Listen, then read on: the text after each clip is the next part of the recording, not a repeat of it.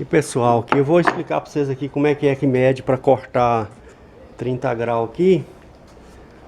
Olha, primeiro vocês vão colocar aqui a madeira, a largura da madeira certinho aqui, ó. Tá? Aqui, ó.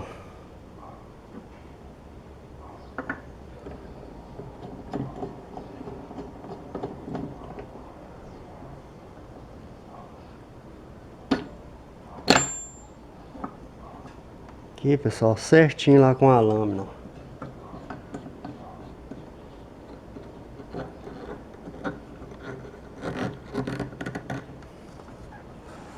Viu só? Aí vocês vão fazer o corte. Aqui, ó. Faz o primeiro corte.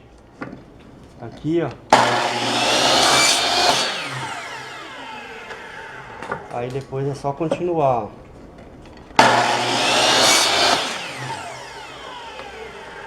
Tá vendo como é que fica?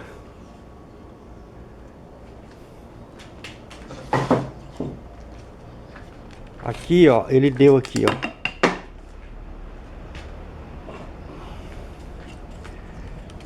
A largura da madeira é a mesma largura que tá aqui, ó. Essa largura é a mesma dessa.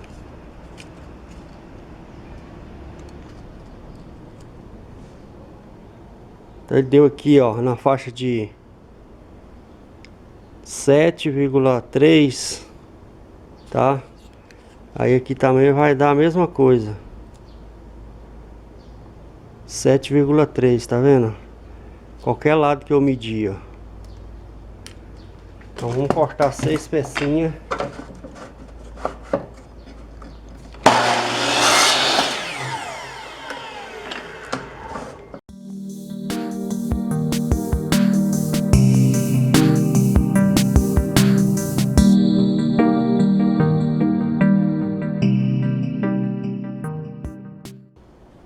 Então tá aí, pessoal, as 6 peças.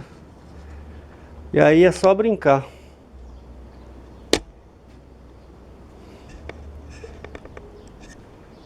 Aí é só brincar com as cores.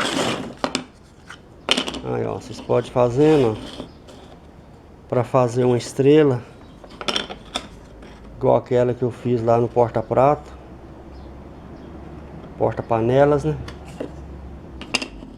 Tá vendo? Pode montar do jeito que quiser, ó. Viu?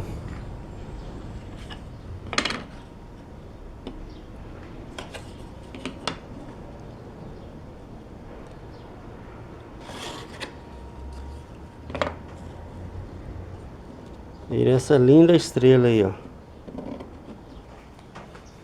Viu só? Super simples a dica aí. Aí quem se interessar aí a fazer para ganhar um dinheirinho aí, tá aí a dica.